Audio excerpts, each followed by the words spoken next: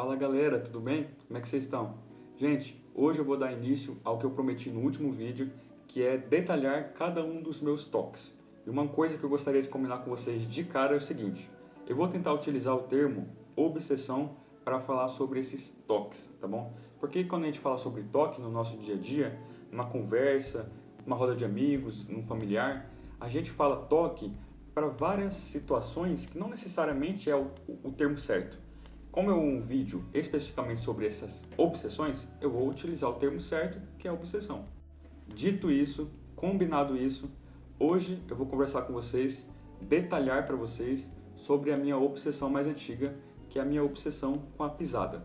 Basicamente, é a obsessão mais antiga que eu tenho. Eu tenho várias memórias de criancinha, bem pequenininho, já praticando isso no shopping, né? Andava com meus pais no shopping, ia almoçar lá. E eu tenho vários recortes de memória. Quando eu andava, às vezes algo me atrapalhava, eu tinha que voltar para corrigir aquilo. E como que funciona isso? De forma geral, resumida, o que um lado do pé faz, o outro tem que reproduzir. Mas, se fosse tão simples assim, eu não faria um vídeo para tentar explicar ou detalhar, certo? De forma geral, nasceu dessa forma. Só que com o tempo, isso foi piorando ou foi se desenvolvendo. Com o tempo foi ficando mais complexo, com mais riqueza de detalhes. Então, quando eu era criança, se eu pisasse numa linha, eu tinha que pisar na outra. Se eu pisasse na cor vermelha, tinha que pisar na cor vermelha do outro pé. Só que foi o tempo passando e eu fui adicionando detalhes a isso. E essa adição de detalhes, essa complexidade que vai se fazendo, isso a gente não faz de forma proposital, consciente. É uma coisa que naturalmente vai acontecendo. Hoje em dia, todos os tipos de detalhe, o meu cérebro presta atenção para ver onde está pisando.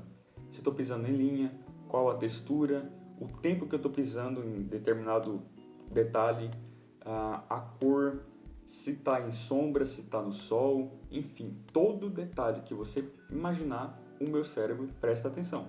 E gente, essa obsessão ela é muito forte em mim porque eu estou o tempo inteiro consciente, prestando atenção em todos esses detalhes, tá?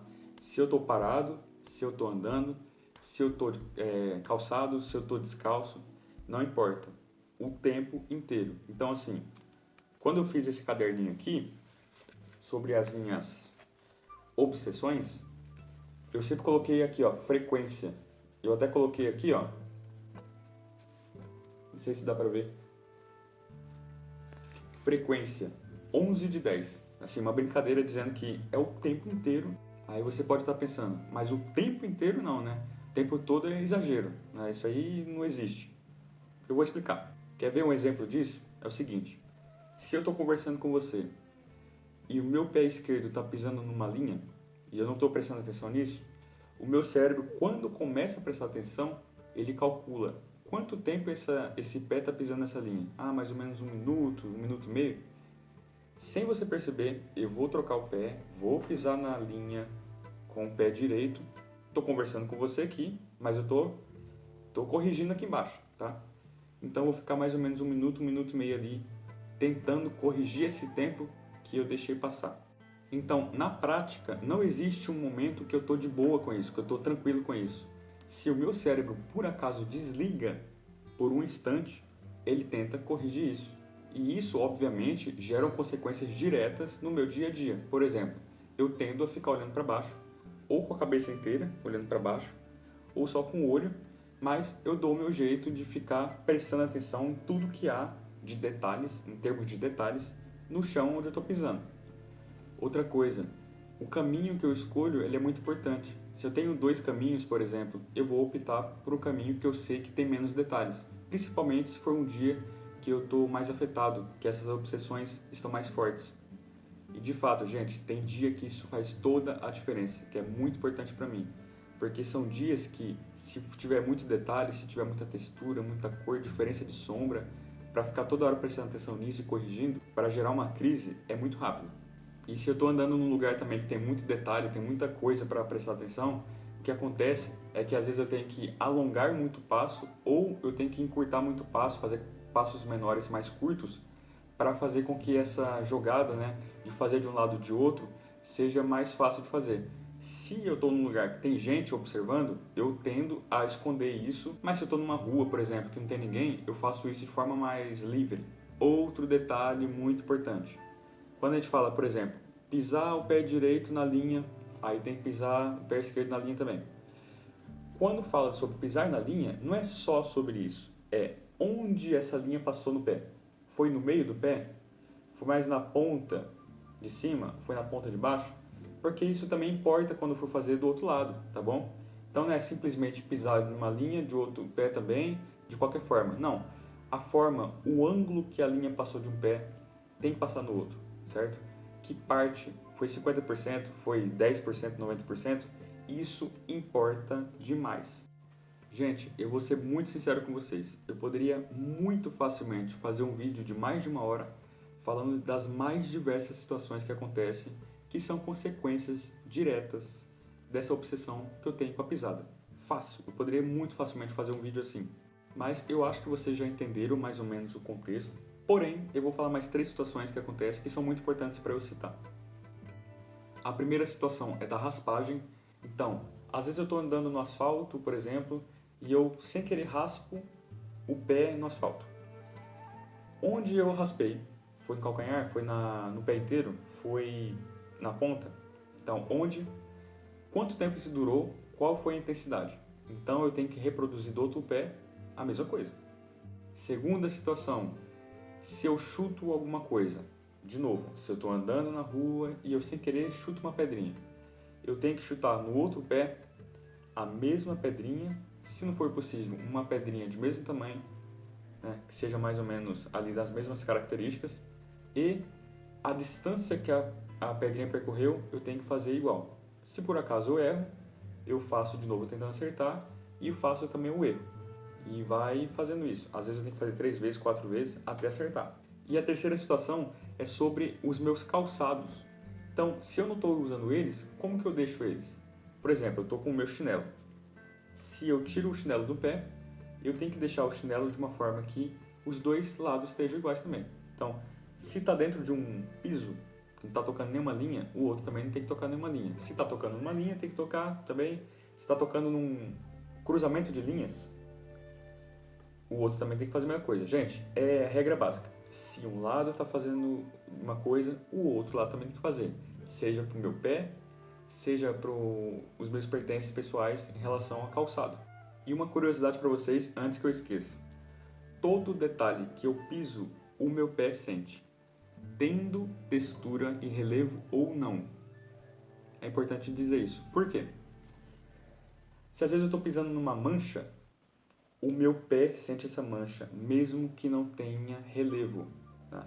Isso é uma coisa da minha cabeça, gente. Eu sinto passar no meu pé. Eu sinto essa diferença. Eu sinto, a minha cabeça sente. Eu sinto, de verdade isso. Então, às vezes você está pisando numa coisa, para você é reto, é plano, é liso. Para mim, não é. Eu estou o tempo todo prestando atenção nisso e sentindo isso. E tem 2 situações que para mim são muito ruins, mas eu sei que não tem o que eu fazer. Não tem jeito. Na prática é uma coisa que está muito além da minha capacidade de ir lá e resolver tão facilmente quanto as outras. Situação número 1, quando eu estou dirigindo. Gente, eu estou lá no volante dirigindo, indo pela estrada, mas também estou prestando atenção aonde a roda está passando. No sentido de textura, no sentido de faixa, sombra ou não. Então tem coisa que a roda passa, que a outra roda do outro lado não passa. E aí eu fico com aquilo na cabeça e é muito ruim, porque eu não posso simplesmente voltar. Imagina, a estrada perfeita para mim, ela tem uma luz só, tem uma textura só, uma cor só, mas isso na prática não existe. Então, eu fico às vezes remoendo, às vezes eu fico lá pensando naquilo, aonde a roda passou, onde a roda não passou. Para mim é muito ruim. Às vezes dá vontade, às vezes realmente eu penso seriamente em voltar para passar a roda do outro lado, mas aí eu vejo, caio em mim, eu vejo, gente, isso aqui não tem como. Se eu der voz, se eu der vazão a isso, aí ferrou. E aí é uma coisa que, por mais que eu fique mal, eu fico remoendo, eu deixo passar. E a situação número 2 é quando as outras pessoas estão pisando em coisas que elas não estão nem aí e eu quero ir lá e corrigir para elas. Então, fulano está conversando com o ciclano e o pé dele tá pisando numa coisa que o outro não tá. E aí às vezes eu tenho vontade de ir lá e falar pra ele pra corrigir isso, mas eu não consigo. Infelizmente é muito difícil, essa parte é muito difícil. Eu acho que ela é mais fácil do que a questão do carro. Mas, ainda assim, gente, imagina que se todo mundo eu for lá conversar para corrigir as coisas. Primeiro, que a obsessão é minha, não é dos outros. A obsessão é minha, eu tenho que cuidar das minhas obsessões. Então, tem dia que isso é muito forte, tem dia que eu coço para ir lá e falar com a pessoa, mas aí eu me seguro, por mais que eu fique muito mal, também eu não vou e pela mesma situação. Se eu for dar vazão a isso, se eu for alimentar isso, volto a dizer com toda certeza, eu poderia fazer um vídeo de mais de 1 hora e meia, só sobre essa obsessão, porque ela tem muitos detalhes, tem muitas situações que eu poderia estar conversando com vocês, crises que eu já tive por causa disso, mas é uma coisa que também depende muito de vocês de me darem o feedback. Se vocês gostaram como eu abordei a situação, se vocês gostaram do tema, eu posso mais para frente fazer uma parte 2 falando mais detalhes sobre isso e também focando um pouco mais nas crises, como que acontece, o que eu sinto, tá bom? Vai de vocês também de darem um retorno. Então é isso, pessoal. Espero que vocês tenham gostado do vídeo. Se vocês querem comentar alguma coisa, querem sugerir alguma coisa, enfim, fiquem à vontade. Pode comentar o que quiser aqui embaixo, que eu vou ler, vou responder também. Pode criticar, pode sugerir, que eu vou estar acatando os seus comentários, tá bom? Muito obrigado e até a próxima.